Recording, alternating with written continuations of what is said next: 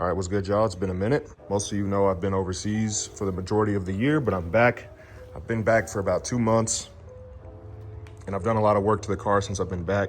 I had a lot of footage recorded of all the stuff that I've done since I've been back, but there's two things. I think one, the files were too big because I recorded in 4K, 60 FPS, and two, the app that I've been using to edit kind of updated and took a dump on itself.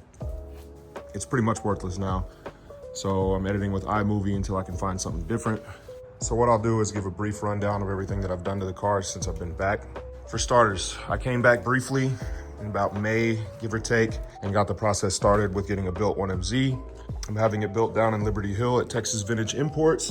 And we decided to go with a 1MZ FE with the VVTi. That way we don't have to worry about cams. As of recording this video, we're just waiting on rods and valves, and the assembly process will start. I also got a new blow-off valve. It's an HKS.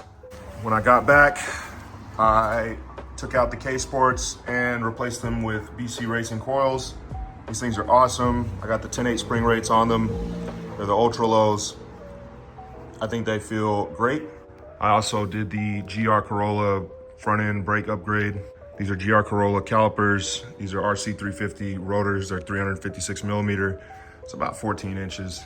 And then I have the StopTech braided stainless steel lines. I mounted this with 355, I think that's how you pronounce it. It's 350 PHI brackets. It's bolt directly onto the Camry, but this thing stops on a dime. With the braking power upgraded, I needed to address traction, so I went and got some Continental Extreme Contact Sport 02 tires today. From what I've seen, in terms of like reviews and stuff, this is like a decent balance between a street and a track performance tire. Literally just got them put on today. I haven't driven on them at all. I still obviously need to go and clean the wheels back up before they go on the car. I went and pretty much stripped the entire thing while I was doing the coilovers, and you can't see it, but I cleaned up a lot of the electrical. I added in some wiring looms and pretty much cleaned up everything that I've been putting off for the last 3 or 4 years. I took the underglow controller and moved it from behind the carpet in that back corner to just underneath the shifter, which is now a TWM short throw shifter. This thing is insane compared to stock. Another thing with the interior, I have these dampening adjustment extenders from BC. These things are pretty cool. It saves me from having to remove the entire back half of the interior if I want to make dampening adjustments. So if you're a Solara owner and you're thinking about getting BCs, pay the extra 50 for the extenders because they're worth it. But if we go underneath, you'll see that I have upgraded the fuel system. I replaced the aluminum line that I did back in January of 2024 with copper nickel tubing, and the setup is slightly different. I used PTFE hose this time around. I also replaced the factory supply line with PTFE. And if you aren't familiar, this line here is the supply. I cut off the factory flare and put the AN adapter on there. The reason I did that is because at first I thought the fuel line was leaking, the factory one. But as it turns out, the fuel pump housing was the culprit. There were actually pinholes on this supply here, and it made it look like the line was leaking. And I spent about 4 hours trying to figure out why both of the new adapters that I put on were leaking still. It was a very frustrating process. You may also notice this wire. It's not live yet. I have it mocked up, but this wire comes directly from the ECU to send power to the fuel pump. I have it staged here because I have a 525 on standby, and the 525 is going to need a better source of power than the stock wiring. But yeah, that was a very long night.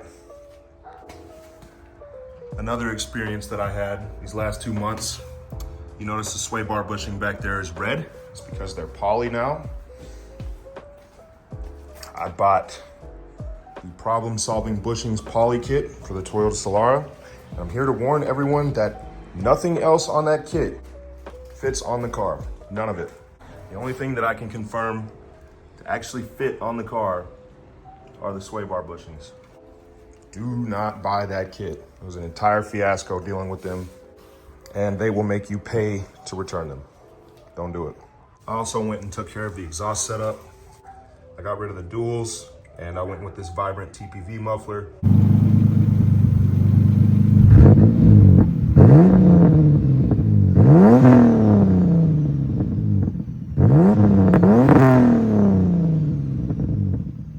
Also got rid of the diffuser. I just kind of outgrew it.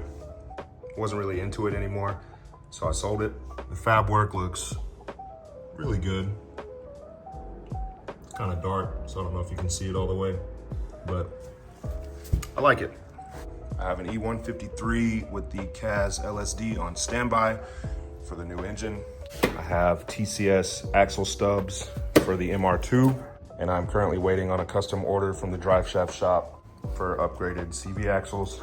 Of course, I told y'all about the PTFE line. I didn't do any PTFE under the hood yet, besides the return, just because I'm gonna be converting the fuel rails to a return style fuel rail.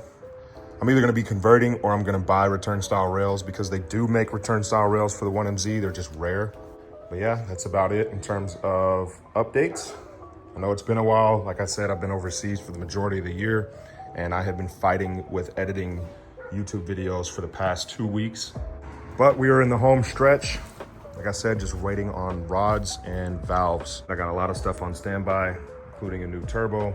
Hoping to make at least, we're gonna say no less than 600 horsepower. And 600 is gonna be where we're starting. Sorry, this isn't like the normal videos that I do, where I go and I record as I work. I did that, and I ended up fighting it. So this will just serve as an update, and everything I do from here on, I'll record normal footage of, and it won't be a billion gigabytes per video. So yeah, hope y'all enjoyed. Stay tuned. If you want more live updates on everything, you guys know I'm way more active on Instagram. Appreciate y'all checking in, and I will upload when I do more to it.